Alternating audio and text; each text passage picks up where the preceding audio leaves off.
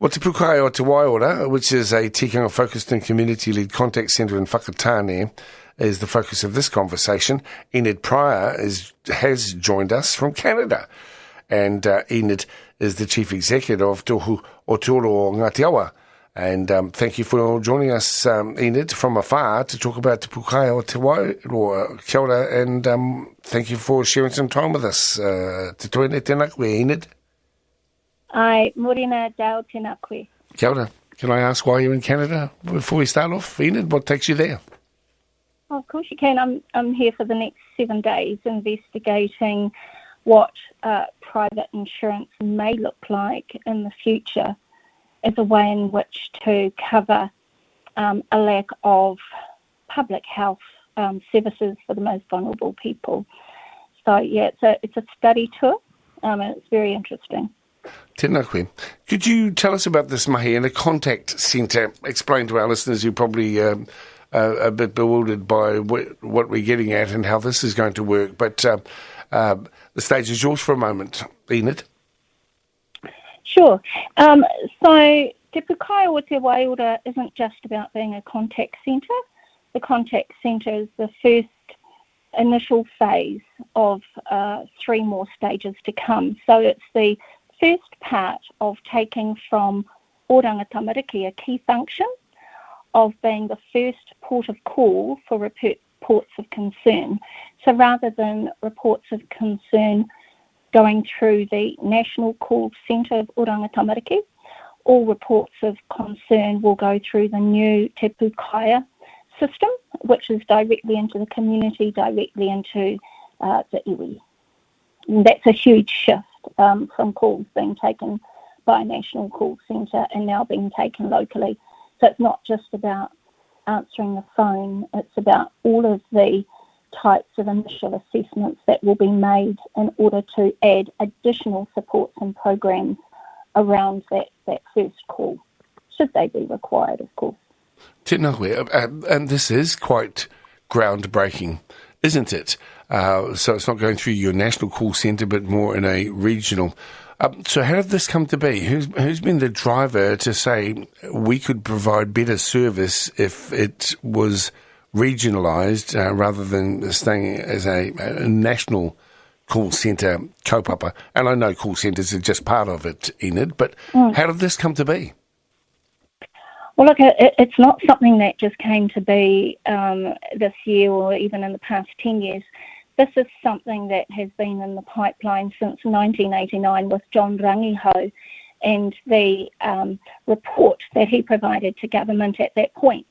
And his report identified how institutional racism and discrimination has the ability to put more tamariki into care than who should be in care.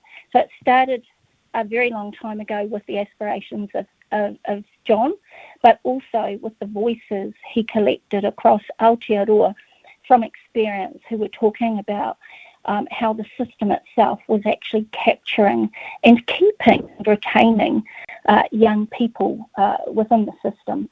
And so we've had many reports since then. We've had Kahu Aroha recently with the ministerial report that was provided by Mr. Tukaki and his team. We've had the Waitangi Tribunal with their reports, the Ombudsman, the Children's Commissioner, all talking about the system as not being the right place for tamariki being taken into care. So in terms of the who, this is the culmination of many aspirations and many voices over a number of years. Tēnā koe, Enid. I'm led to believe that it's online as of today. Is that still accurate? The timeline in terms of the launch of Te Pūkāea was actually prior to the launch date itself. So Te Pūkāea and the call centre has been in plan now for approximately 2 years, and it was formerly part of the children's team. So Ngāti Awa looked at the children's team in a different way.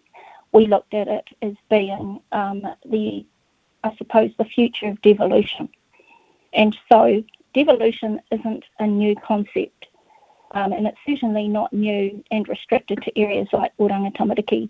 It's the concept of communities and iwi taking decision-making and control back to localised solutions, back to the haukainga and back to the place of whakapapa, which is what this system is about. Putting back the whakapapa, the tikanga around tamariki and wrapping our tamariki up in the ways in which we understand culturally to be far more productive for the future of tamariki pathways. So it is a little bit more, like you said earlier, than just a contact centre. Tēnā koe. Will Te Pūkāea or Te Waiora be working with other health and whānau organisations in the Eastern Bay, Enid? Oh, absolutely. This is actually about localities. So, for example, even if the initial call and support required is coming into Ngā Te Awa, if that young person has a whakapapa to whakatohea, for example, then that support should be coming from whakatohea, and that's where the localisation of the support becomes very, very important. But the key is that the community waharoa, which is Te Pūkāea, is actually the door that can actually not just take a report of concern, it can actually take a report of concern to the highest end, which is intervention with oranga tamariki or police intervention, but it can also take a call that once upon a time would have no further action because it was something that didn't reach statutory levels of requirement. So, for example, if a school made a report about hone turning up to school without his lunch, without his uniform, well, rather than make a report of concern, it's better that that report actually be for support, to support the whānau to actually find uniforms, to find shoes and find lunches. So it's actually about the prevention that keeps these tamariki out of the oranga tamariki system. So if that's best placed to be in a pōtiki, for example, then that support will come from a pōtiki because the waharoa will transfer that young person and their whānau back to a pōtiki, to where it should be provided, if that's where that young person is based.